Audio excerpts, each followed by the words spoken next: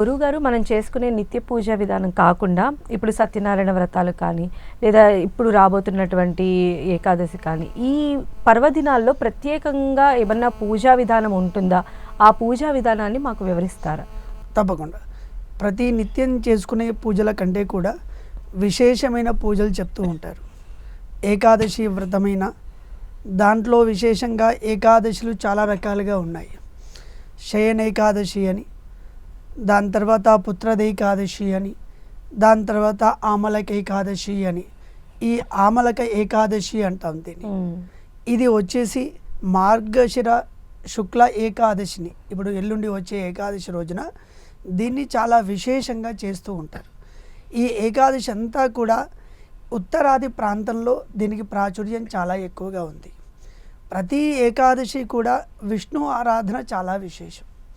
విష్ణు సహస్రనామ పారాయణం చేయడం కానీ, తర్వాత విష్ణుమూర్తికి అభిషేకం చేయడం కానీ, విష్ణు క్షేత్రాలకు వెళ్ళి దర్శనం చేయడం కానీ ఏకాదశి రోజు చాలా విశేషంగా చెప్తారు.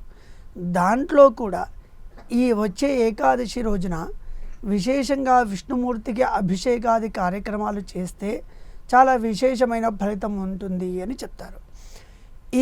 ఈ రోజున ఏకాదశి రోజున విష్ణుమూర్తికి తులసి పత్రాలతో అర్చన చేయమని చెప్తారు. విష్ణు సహస్రనామ పారాయణం చేస్తూ తులసి దళాలతో స్వామిని అర్చన చేయాలి అని. ఎందుకు అంటే విష్ణుమూర్తి ఎప్పుడు కూడా అర్చన ప్రియుడు. మనం తిరుమలలో చూసినా, ఇంకొక క్షేత్రంలో చూసినా ఎప్పుడు ఏదో ఒక రకమైన విశేషమైన పూజాధికాల కార్యక్రమాలు జరుగుతూనే ఉంటాయి. అదే శైవ క్షేత్రంలో అభిషేకం చేస్తాము, ఉండిపోతాం అంతే. కానీ వాళ్ళ యొక్క ఆ పరంపరను అనుసరించి వాళ్ళ యొక్క ఆగమ ప్రకారంగా పూజాధికాలు చాలా విశేషంగా చెప్తారు విష్ణు క్షేత్రంలో. ఈ ఏకాదశి రోజున, ఎల్లుండి వచ్చే ఆమలక ఏకాదశి రోజున స్వామిని విశేషంగా మీరు ఇంట్లో ఒక చిత్రపటమైన విష్ణుమూర్తి యొక్క మూర్తి అయినా, అంటే ఒక విగ్రహమైనా దాన్ని పెట్టుకొని షోడశోపచార పూజ అంటాం. మన శాస్త్రం ఏం చెప్తోంది అంటే పంచోపచారము, షోడశోపచారము, చతుషష్ఠ్యోపచారము అని 3-4 విధాలుగా దాన్ని విభజించారు. దానిలో మనం ఎక్కువగా చేసుకునేది దానిలో షోడశోపచార పూజ అని ఉంటుంది. అంటే ఒక 16 రకాలైన ఉపచారాలు స్వామికి సమర్పించడం. అది అమ్మవారైనా, గణపతి అయినా, ఈశ్వరుడైనా, వెంకటేశ్వరుడైనా, ఎవరైనా సరే విశేషంగా చేసే పూజలన్నీ కూడా షోడశోపచార పూజలు అంటారు, ఎక్కువగా ప్రహతంలో ఉన్నవి. ఈ షోడశోపచార పూజని మనం వింటూ ఉంటాం. అవాహయామి, ఆసనం కల్పయామి అంటాం. ఈ షోడశోపచార పూజ అంటే ఏంటో ఒక్క నిమిషం మాట్లాడుకొని మనం ముందుకు వెళ్ళిపోతాం. ఉదాహరణకి ఈ షోడశోపచార పూజ అని శాస్త్రంలో ఎందుకు చెప్పారు అంటే, ఒక చీఫ్ గెస్ట్కి ఇచ్చేటువంటి ట్రీట్నే షోడశోపచార పూజ అన్నారు. ఉదాహరణకి ఆవాహయామి అన్నాం అంటే ఏంటి అంటే ఇన్వైట్ చేయడం. మనకంటే చాలా గొప్ప వ్యక్తిని మన దగ్గరికి రావాలనుకున్నప్పుడు మనం ఏం చేస్తాం, వాళ్ళ ప్రోటోకాల్ తెలుసుకొని అక్కడికి వెళ్ళి వాళ్ళని ఇన్వైట్ చేస్తాం. దాన్ని ఆవాహయామి అన్నాం. ఇక్కడ ప్రోటోకాల్ ఏంటి మరి అంటే భక్తి శ్రద్ధలు ప్రోటోకాల్. భగవంతుని యందు పత్రం పుష్పం ఫలం తోయం యోమే భక్త్యా ప్రయచ్చిది అంటారు. నువ్వు పత్రం వేసావా, పుష్పం వేసావా అని భగవంతుడు చూడు, నువ్వు భక్తితో సమర్పణ చేసావా లేదా అని చూస్తాడు. ఆ ప్రోటోకాల్తో పిలిచేటువంటిదే ఆవాహయామి అంటే ఇన్వైట్ చేయడం. వచ్చినటువంటి వ్యక్తికి సోఫా సెట్ వేస్తామా, బంగారు కుర్చీ వేస్తామా, వెండి వేస్తామా అనే శక్తి కొలది వచ్చేటువంటి వ్యక్తిని చూసి కూడా శక్తి వ్యక్తి రెండు ఉంటాయి. అక్కడ చేసుకున్న సందర్భంలో రత్న సింహాసనం అని చెప్పారు స్వామికి. రత్న సింహాసనం సమర్పయామి అంటుంటాం. ఇవన్నీ కూడా మీరు షోడశోపచార పూజని పూర్తిగా గమనించినట్టయితే ఒక చీఫ్ గెస్ట్కి ఇచ్చేటువంటి ట్రీట్ ఏదైతే ఉందో దాన్ని మన శాస్త్రం షోడశోపచార పూజ అంటుంది.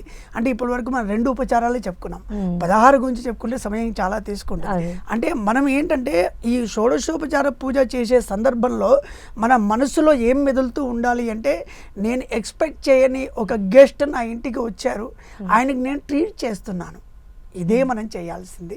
అది మనసులో పెట్టుకొని ఈచ్ అండ్ ఎవ్రీథింగ్ అలా మనం పూజ చేస్తూ ఉంటే ఇంకా భక్తి శ్రద్ధలు మనలో పెరుగుతాయి.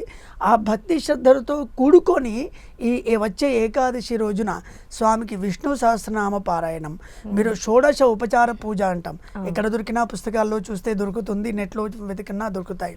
ఆ షోడశోపచార పూజ చేస్తూ మధ్యలో విష్ణు సహస్రనామాలు ఉంటాయి. చాలా అందరికీ తెలిసిన విషయం అది. ఆ విష్ణు సహస్రనామాలతో మీకు వీలవుతే తులసి దళాలతో స్వామికి అర్చన చేయండి. దానికి మించిన పదార్థం ఇంకొకటి ఏదీ లేదు. స్వామికి చాలా ఇష్టమైంది ఏంటంటే తులసి దళాలు. ఆ వెంకటేశ్వర స్వామికి తులసి దళాలతో అర్చన చేసి, ఇంకొకటి ఏంటి, ఏకాదశి వ్రతం ఏంటి, అసలు ఏకాదశి రోజు ఏం చెయ్యాలి, మనం పూజా పద్ధతి చెప్పుకున్నాం, షోడశోపచార పూజ చేసుకున్నాం, విష్ణు సహస్రనామ పారాయణ చేసుకున్నాం. నాకు విష్ణు సహస్రనామ పారాయణ చేయడం కష్టం అండి, నేను చేయలేకపోతున్నాను, నేనేమన్నా చేయమంటారా ఇంకా అంటే ఏమీ ఎక్కలేదు. నారాయణాయ నమః అని అందరికీ అని వస్తుంది. దానిలో కష్టమైన పని కూడా లేదు. మీకు వీలైతే 108, ఇంకా శక్తి ఉంటే 1008 అలా చేస్తే స్వామికి తులసి దళాలతో అర్చన చేసి నమస్కారం చేయడం, ఇది పూజా పద్ధతి. ఇక్కడ వరకు అయిపోతుంది. అసలు ఏకాదశి రోజు ఏం చెయ్యాలి, ఏకాదశి రోజు ఇంకా విశేషంగా అంటే నేను చెప్పాను కదా, ఈ మొత్తం వచ్చేసి 24 ఏకాదశులు ఉంటాయి సంవత్సరం మొత్తంలో. అంటే ఒక నెలలో 2 ఏకాదశులు వస్తాయి. దాన్ని శుక్లపక్షం అంటాము, కృష్ణపక్షం. అంటే పూర్ణిమకు ముందు ఏకాదశి, అమావాస్య ముందు ఒక ఏకాదశి వస్తుంది. ఈ ఏకాదశి ప్రతి ఏకాదశి కూడా చాలా విశేషమైంది.